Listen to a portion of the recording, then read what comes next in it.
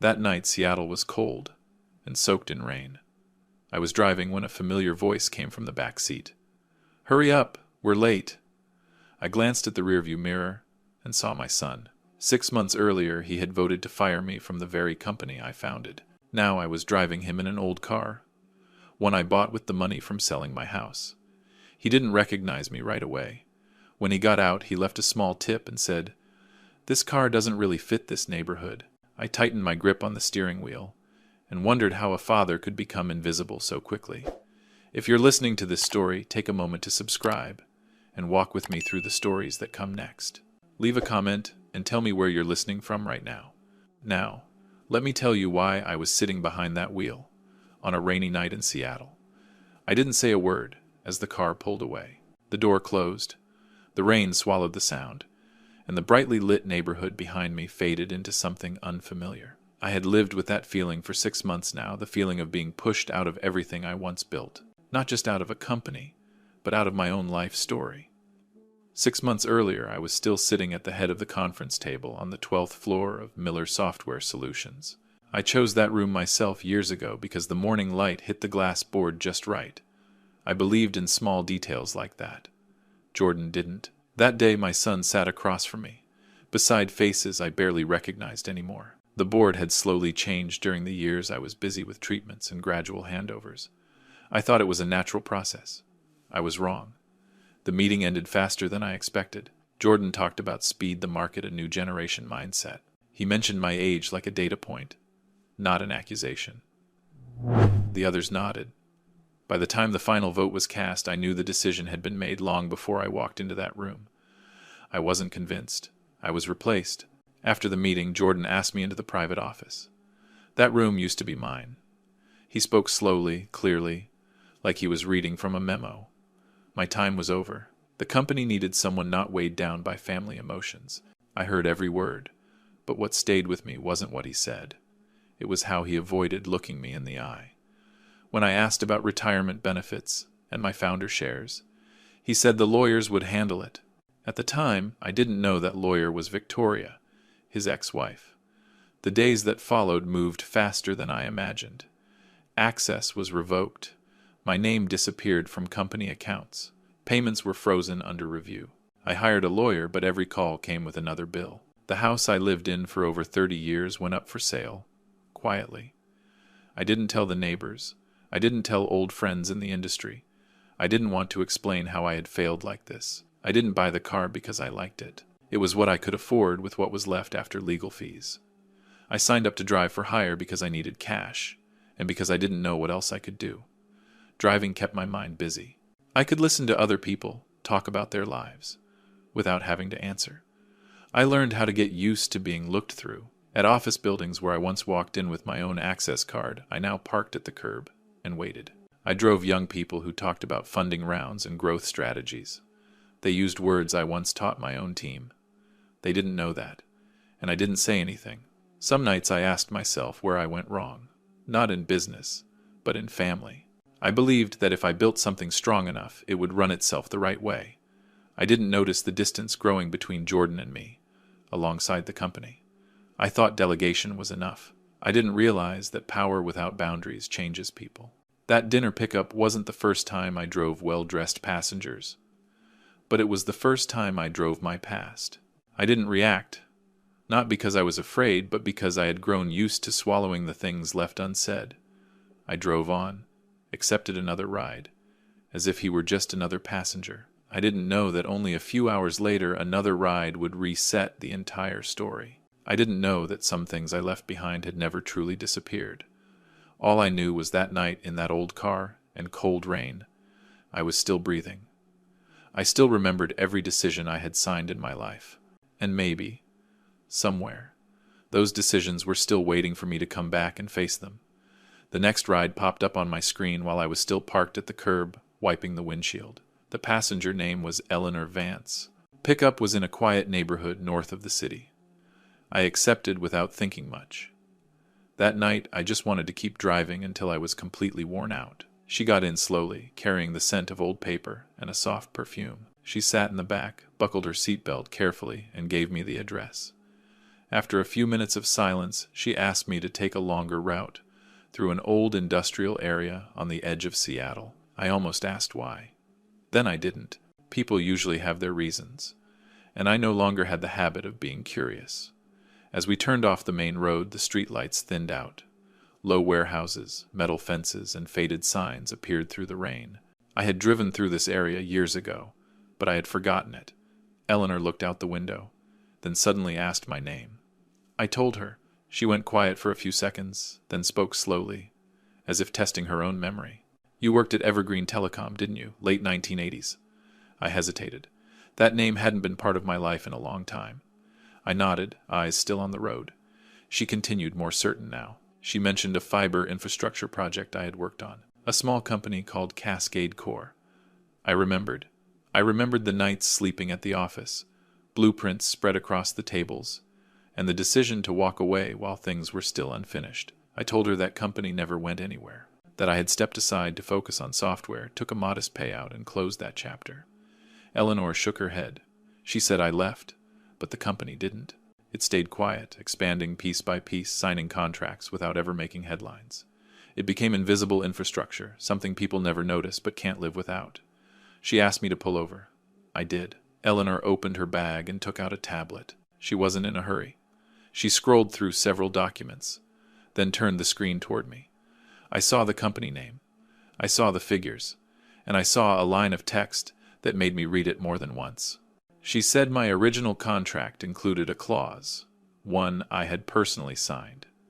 15% ownership, non-dilutable, triggered only if the company was fully sold. The clause had been kept quiet to avoid unnecessary complications. I had forgotten, or maybe I had tried to forget. Eleanor said Cascade Core had just been acquired by a multinational corporation. She said my share was worth $333 million. The number didn't create emotion right away. It was too large to react to. I watched the rain slide down the windshield, trying to keep my hands steady on the wheel. In my mind, the months of driving, selling my house, and stacks of unpaid bills passed by like a silent film. I asked her why she had come looking for me. Eleanor said she needed my signature to complete the final transaction. She had searched for months through old contacts and legal records. When she saw me appear on a driving platform, she knew the moment had arrived. She didn't offer comfort. She just stated facts, one sentence at a time, the way people talk about the weather. I sat there for a long while, not because I doubted her, but because I needed time to put everything back in order inside my head. I thought about Jordan. I thought about that short meeting, the locked accounts. I thought about how easily I had accepted it all. Eleanor didn't rush me. She waited. When I started the engine again, my hands were still shaking slightly.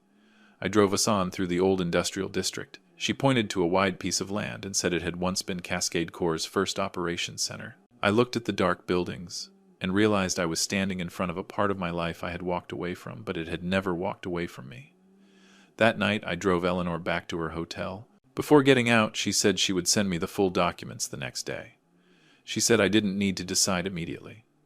I nodded. As the car rolled away, I knew I wouldn't be able to return to my old rhythm of life. Some numbers don't just change a bank account. They force a person to face the questions they've avoided for far too long. The next morning, I didn't go out early like I usually did. I sat at the kitchen table and opened each file Eleanor had sent. Contracts. Addendums. My signature from 30 years ago. The ink had faded, but the clause was still clear. 15% ownership preserved until a full sale. I read slowly, as if I were rereading an old promise I had forgotten I ever made. Eleanor called me around noon. She spoke plainly. Time was not on our side. The deal needed my signature to close, and confidentiality was mandatory. The non-disclosure clause wasn't meant to hide me. It was meant to protect me. If the news came out too early, people would try to apply pressure. Some would even try to twist the situation. I understood. I had once been on the other side of negotiations like that. We met at her law office, a low building, no large sign out front. I didn't wear a suit. I still wasn't used to the idea that I held any kind of leverage. The lawyers spoke little and handed over many documents. They confirmed my ownership. They confirmed the value. And they repeated the confidentiality obligation. I signed what was needed for the preparation phase, but not the final sale documents. Eleanor didn't ask why. She knew I needed more time. During the waiting days, I began to see things differently. I no longer drove all day, but I kept the app active. I wanted that familiar feeling, like a temporary anchor. Whenever I had time, I read deeper into the contracts tied to Cascade Core. That's when I noticed a familiar name appearing again and again among the major clients. Miller Software Solutions. At first I thought it was a coincidence, but the deeper I went, the clearer the dependency became. Jordan's most critical data center was running on infrastructure owned by Cascade Core, not just leased bandwidth. Their core operations sat entirely on land and systems I had once helped build. I didn't feel satisfaction. I just felt cold. I called Eleanor. She wasn't surprised. She said that connection was exactly why she needed my direct involvement. There was a clause in the service agreement rarely mentioned, a clause about security and ethics.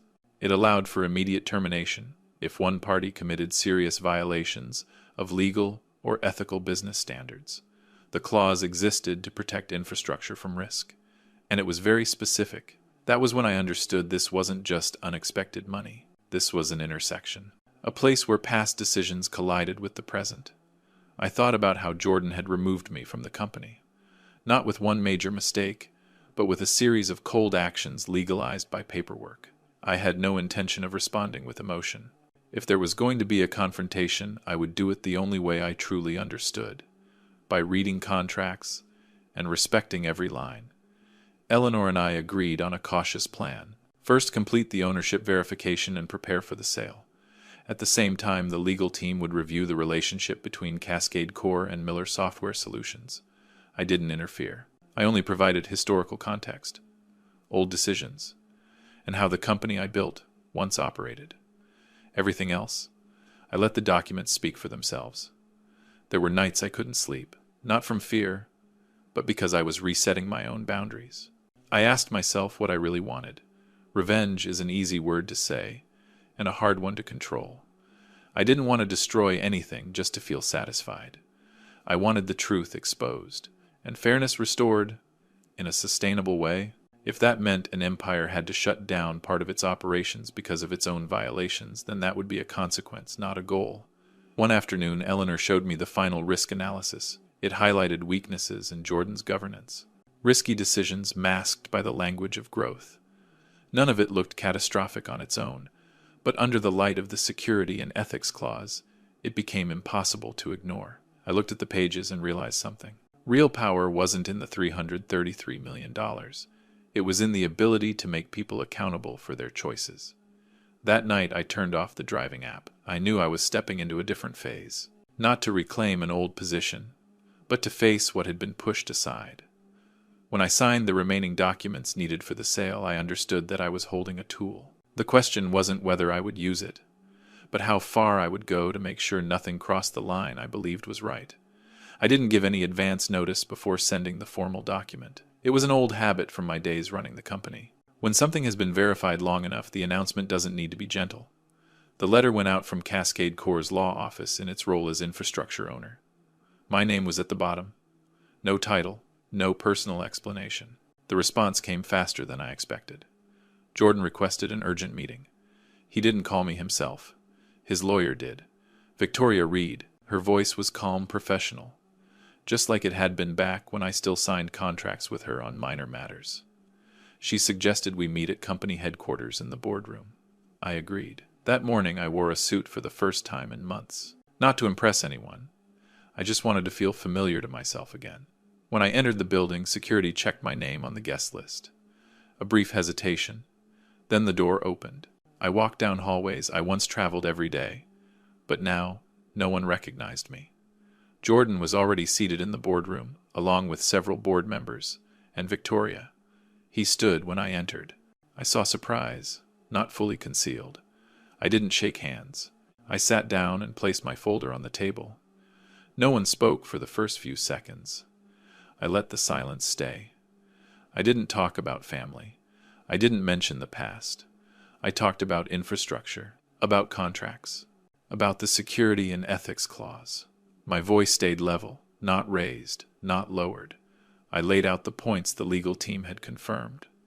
Governance decisions that carried violation risks, reports that had been adjusted, risks that had been ignored. I didn't accuse. I read. Jordan reacted exactly as I expected.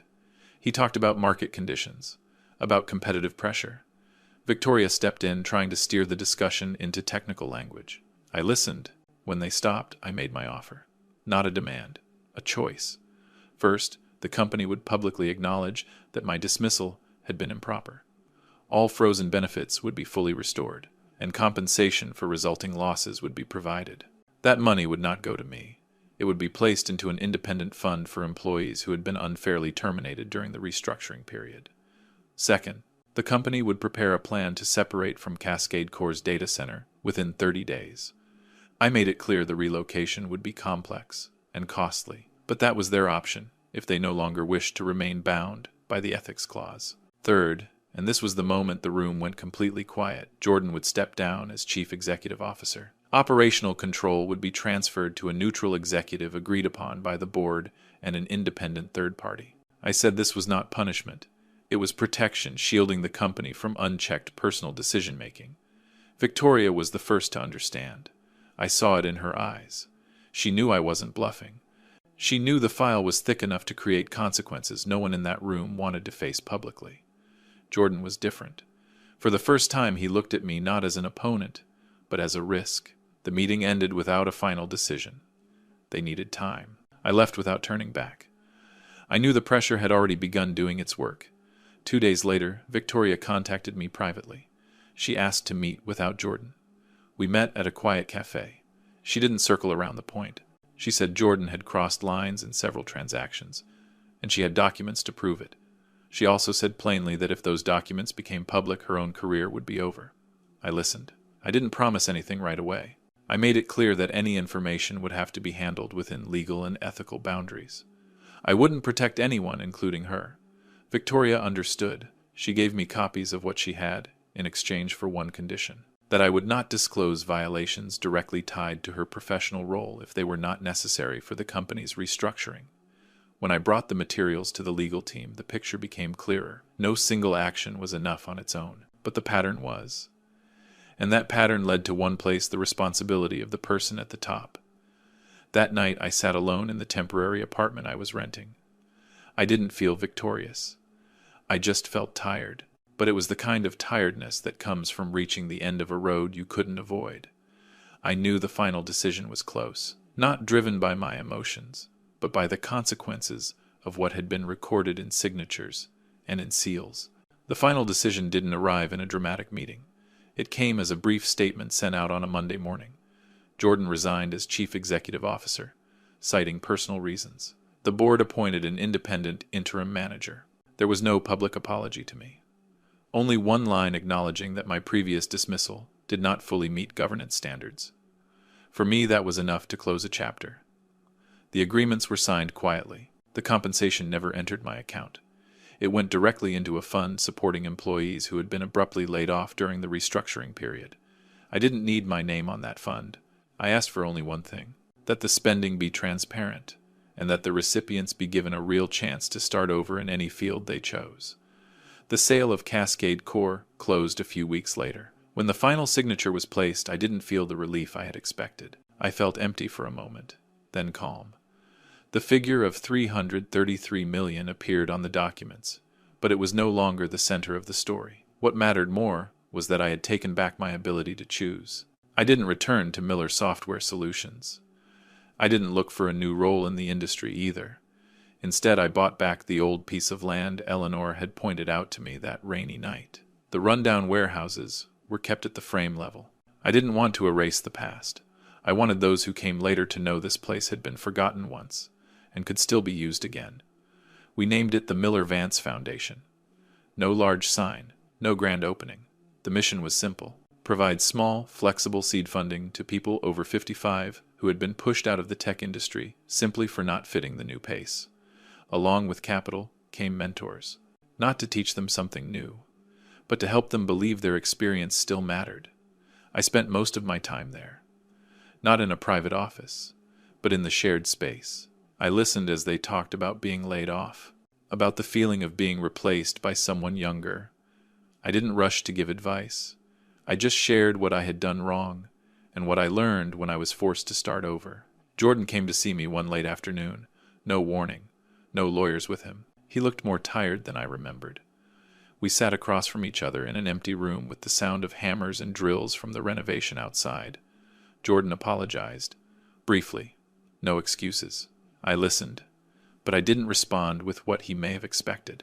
I told my son I didn't need an apology to keep living. I needed him to understand that a person's value isn't in titles or control. It's in what they leave behind for others when they walk away. Jordan nodded. I don't know if he fully understood, and that was no longer my responsibility. That night I drove the old car one last time. I had restored it, not to use it, but to keep it as a reminder. I parked in front of the new incubator center and watched the lights still glowing inside. I no longer drove to survive. I drove to remember where I had been. My phone vibrated. A message from Eleanor. She said she had just turned down another deal because it didn't align with what we were building.